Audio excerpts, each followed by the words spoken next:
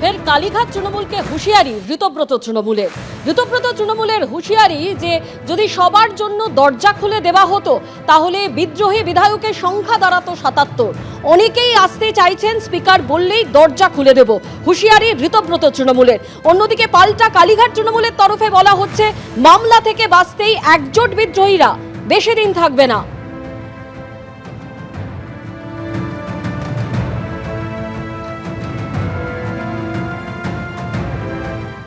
আমরা কিছু এমএলএকে নেব না বলে সিদ্ধান্ত নিয়েছি। যদি আমরা কিছু এমএলএ যারা তৃণমূলের ৮০ জনের মধ্যে আমরা যদি সিদ্ধান্ত নিতাম সকলে যারা আসবে তাদের স্বাগতম, তাহলে আজকে আমাদের সংখ্যাটা ৭৭-এর উপর হয়ে যেত। কিন্তু আমরা সিদ্ধান্ত নিয়েছি কিছু কিছু বিধায়ক যাদের অতীত রেকর্ড মানুষের কাছে গ্রহণযোগ্যতা অনেক খারাপ, আমাদের দরজায় টকটক করেছে, দরজায় সুযোগ দিইনি। এদিন বলবেন স্পিকারকে ফ্লোরে আমরা প্রমাণ করে দেব।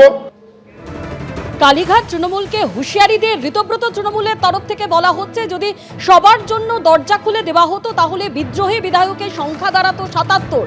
অনেকেই আসতে চাইছেন, স্পিকার বললেই দরজা খুলে দেব, হুঁশিয়ারি ঋতব্রত তৃণমূলের। যারা ওদিকে গেছেন তাদের সকলকে কিন্তু আমরা দোষ দিচ্ছি না। একটা ধারণা তৈরি করে দেওয়া হচ্ছে ডেকে ডেকে, আবার দু একজন আবার ফোনে কথা বলিয়ে দিচ্ছেন দু একজন প্রভাবশালীর সঙ্গে, সেগুলো সব আমরা জানি, যে যদি এদিকে আসো তাহলে এখন পুলিশ আপনাকে হেনস্থা করবে না। এটা কিন্তু করা হচ্ছে তৃণমূলটাকে ডিস্টার্ব করার জন্য, ভাঙার জন্য। সেই হিসেবে পার্টিকুলার কে যাচ্ছে ওখানে, যাদের নিজেদের দুর্নীতি আছে তারা ভাসতে যাচ্ছে তদন্ত থেকে, যাদের নিজেদের খুন খারাপি বা পুরনো মামলা আছে তারা বাঁচতে যাচ্ছে, কারোর মামলা নেই কিন্তু ভিত্তিহীন মামলায় হ্যারাস করে দিতে পারে সেই চাপটার থেকে ভয় তারা যাচ্ছেন। আবার তার উপর বিপদ নেই কিন্তু তার কোনো কর্মী বা টিমের উপর তাদের নইলে ধরে নিচ্ছে, অ্যারেস্ট করছে, একাধিক কেস দিচ্ছে, ফলে তারা যাচ্ছেন। মূল উদ্দেশ্য তৃণমূলটাকে ডিস্টার্ব করা।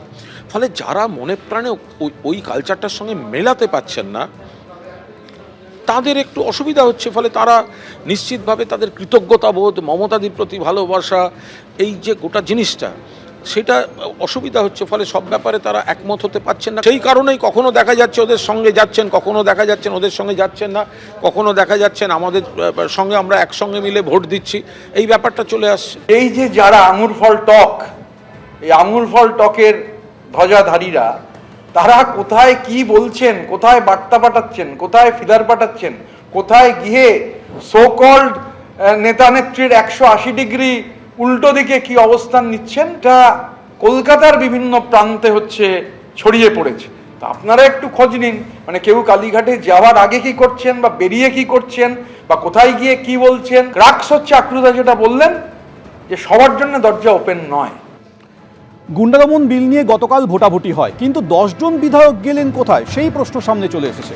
গতকাল বিধানসভায় গুন্ডা দমন বিলে ভোটাভুটিতে পক্ষে ভোট পড়েছিল ১৭৬, বিপক্ষে ৪১, বিরত ছিলেন ২০ জন। প্রথম দফায় ওবিসি সংশোধনী বিল নিয়ে ভোটাভুটি হয়, পক্ষে ১৮৬। দ্বিতীয় দফায় ভোটাভুটিতে কোথায় গেলেন ১০ বিধায়ক, কথা বলবো, আমাদের প্রতিনিধি উজ্জ্বল মুখোপাধ্যায় রয়েছেন। উজ্জ্বল, দেখো, সেটা হচ্ছে যে বিজেপি সরকার আসার পর কালকেই প্রথম দুটো অত্যন্ত গুরুত্বপূর্ণ বিলে ভোটাভুটি হয় এবং বিধানসভাতে ভোটাভুটির যে প্রক্রিয়া তাতে কিন্তু স্লিপ দিয়ে ভোট হয়, অর্থাৎ যারা ভেতরে থাকেন তাদেরকে স্লিপের মাধ্যমে ইয়েস অথবা নো লিখে ভোট দিতে হয়। গতকাল দেখা গেল প্রথম যে ভোটটা হলো সেটা ছিল ওবিসি সংক্রান্ত একটি বিলের উপরে ভোট, যেটা নৌশাদ সিদ্দিকী তিনি ভোটাভুটি চেয়েছিলেন এবং সেখানে দেখা গেল যে বিজেপি ভোট পেল ১৮৬টা। কিন্তু দ্বিতীয় দফায় যখন আরো একটা বিল, গুন্ডা দমন বিল দিয়ে যখন ভোটাভুটি চাওয়া হলো তৃণমূল কংগ্রেসের তরফে, সেখানে দেখা গেল ভোটের সংখ্যা ১০টা কমে গেল, ১৭৬টা ভোট হলো। তাহলে কি এই ১০ জন বিধায়ক অন্যদিকে ভোট দিয়েছেন? এমনটা কিন্তু না, কারণ বিপক্ষে যে ভোট পড়লো তৃণমূল কংগ্রেস তারা দ্বিতীয় বিলের ক্ষেত্রে ভোট দিল এবং সব মিলে বিপক্ষের ভোট কিন্তু একই রয়েছে। তাহলে এই ১০ জন বিধায়ক গেলেন কোথায়? দুটো কারণ হতে পারে। এক, তারা ভোট দানে যদি বিরত থাকে, আর দুই, তারা যদি প্রথম ধাপে থেকে সেকেন্ড ধাপে তারা চলে যান বিধানসভা ছেড়ে।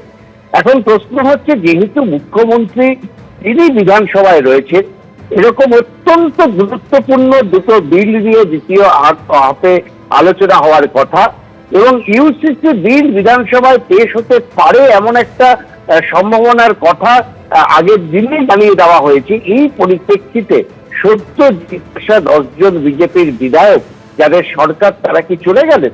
ফলে এই 10টা ভোট কেন কম পেল, তাই নিয়ে কিন্তু কালকে থেকে বিজেপির অন্দরমহলে চর্চা শুরু হয়েছে।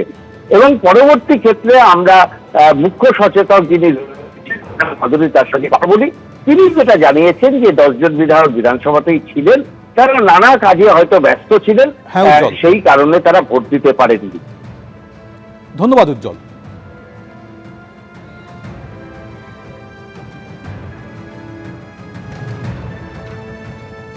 গুন্ডা দমন বিলে ভোটাভুটি হয়েছে, কিন্তু 10জন বিধায়ক গেলেন কোথায়, এই প্রশ্ন যখন সামনে আসছে তখন সরকার পক্ষের মুখ্য সচেতক অম্লান ভাদুরী তিনি বলছেন যে সবাই বিধানসভার ভিতরেই ছিলেন, ভিতরে সই করতে গিয়েছিলেন। সবাই বিধানসভাতে উপস্থিত ছিল, হ্যাঁ, পরে কথা হয়েছে এবং পরে সবাই আবার হাজিরও ছিল।